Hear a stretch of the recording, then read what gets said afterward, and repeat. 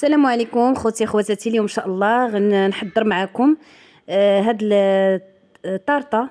كتجي سهله بدون عجن بدون كيك، كتجي من اروع ما يكون بواحد البسكوي اللي غني عن التعريف. غتشوفوا معايا في المكونات، كتجي من اروع ما يكون. نتمنى انكم تتبعوني الفيديو الاخير باش تعرفوا على المكونات وطريقه التحضير. صراحه كتجي لذيذه بزاف، وكذلك طريقه التحضير ديالها سهله سهله سهله بزاف. يعني ممكن انكم 15 دقيقه توجدوها، دخلوها للثلاجه حتى كتشر المكونات، كيتشربوا كاع داك الكريمه وداك الشيء باش كتجيكم رطبه وكتجيكم من اروع ما يكون صراحه. وتقدموها لوليداتكم. كيف كتعرفوا الوليدات كيعجبهم مذاق ديال الفخيز اولا الفرامبواز. يعني صراحه وجبه ولا واحد التحليه ولا اروع. اذا تبعوني الفيديو الاخير باش تعرفوا على المكونات طريقه التحضير. ها انتم كيف كتشوفوا الطبقات كيجيو واضحين وكتجي رائعه في المنظر، وكذلك المذاق ديالها كيجي من اروع ما يكون. خليكم معايا ما تمشيوفين باش نتعرفوا على طريقه ديال التحضير والمكونات البسيطه اللي غنحتاجوا في هاد لاطاغت. ممكن تقدموها كذلك في اعياد الميلاد. انا صراحه قدمتها في عيد الميلاد ديال بنتي، درتها كمرافقه لاطاغت ديال عيد الميلاد. اذا غندوزو دابا لطريقه التحضير. عندي هنا واحد السيرو ديال السكر وسنيده. المهم كديروا تقريبا واحد الكاس ديال السكر، ديروا معاه واحد الكاس تاع الماء وتخليوه حتى كيذوب كيجي في الغليه، تيولي عندكم بحال كيتبان لكم اللون ديالو ولا بحال الصفر، وكتضيفوا ليه النكهه ديال الفرامبواز اولا ديال الفريز. انا ضفت النكهه ديال الفرامبواز. خديت هنا بسكوي ديال لي بودوار. كيف كتعرفوا راه متواجد في المحلات التجاريه، والثمن ديالو ثمن رمزي، يعني ثمن يعني مناسب. غادي تاخذوه وغتحاولوا ان تفزقوه في داك السيرو وكتستفوه. انا درت المول على هذا الشكل هذا. نتوما ممكن تستعملوا اي مول عندكم، ممكن تستعملوه. غنستمر بهذه الكيفيه حتى نكمل الطبقه الاولى وندوز معكم نكملوا التتمه ديال التحضير.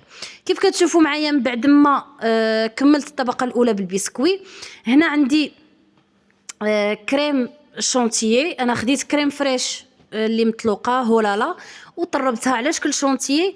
ضفت ليها كذلك واحد العلبه ديال الجبن ديال جيرفي. ممكن تضيفوا بيرلي. انا صراحه كانت توفرت عندي غير هذيك بوحديتها. ممكن تضيفوا حتى 2 العلاب حتى 3 العلاب باش كيبان المذاق ديال الجبن واضح في ديك مع الكريمه. ممكن كذلك تضيفوا تشيز ناتور، وراه كيتباع موجود في المحلات التجاريه. كيتباع ديك السطله كدير تقريبا واحد 50 درهم، حتى هي كتجي زوينه. ممكن تكتفيو فقط بالكريمه وتضيفوا ليها النكهه ديال الفرامبواز وتدخلوها بهذا الشكل هذا. كيف كتشوفوا معايا كندخلها بالتدريج حتى كتنسجم ليا الفرامبواز مع الكريمه، وندوزو نديروها كطبقه ثانيه وكنستمروا بنفس الكيفيه. وحنا كنديروا طبقه ديال البسكوي وطبقه ديال الكريمه. هانتوما كيف كتشوفوا معايا الكريمه من بعد ما انسجمت ليا مع النكهه كتجي على هذا الشكل هذا. صافي غنحاول ندير واحد الطبقه رقيقه، ما ديروش طبقه اللي تكون غليظه باش ما تجيكمش لاطاغ ديالكم ما تجيكمش كتقهم بالكريمه. صافي غادي نحاول انني كنبسط هذه الطبقه وكنضيف طبقه البسكوي وكنستمر بنفس الكيفيه حتى كنكمل الطبقات كاملين. من بعد ما كنكملهم كناخذ شويه د الكريمه كنديرو في لابوش، كندير واحد الزواقات من الجوانب. كيبقى اختياري، ممكن انكم فقط تكملوها وتصايبوا الكلاصاج ديالكم ديروه من الفوق. صافي تكتفيو فقط به.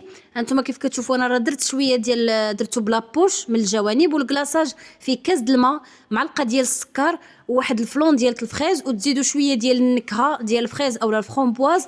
كديروا على النار حتى كتسخن وتخليوها شويه تتدفو، كتخويوها في الوسط كتجي على هذا الشكل. صراحه كنعتذر الفيديو ضاع مني ديال الكلاصاج. نتمنى ان الوصفه تكون نال اعجابكم. الى عجبتكم ما تنسونيش بلايك، كذلك ما تنسونيش بارطاج مع الاصدقاء. ونتمنى اللي ما مشتركش نتمنى انه يشترك ويفعل الجرس باش يوصلكم ديما الجديد. وكنبغي نشكركم بزاف على حسن المتابعه. راه صراحه هاد لاطاغت هذه كتجي من اروع ما يكون. نتمنى انكم تجربوها وتخليوا لي تعليقاتكم عليها اللي كيفرحوني بزاف وكيخليوني نعطيكم مزيد من الوصفات. وكنشكركم بزاف على حسن المتابعه. الى وصفه قادمه بحول الله.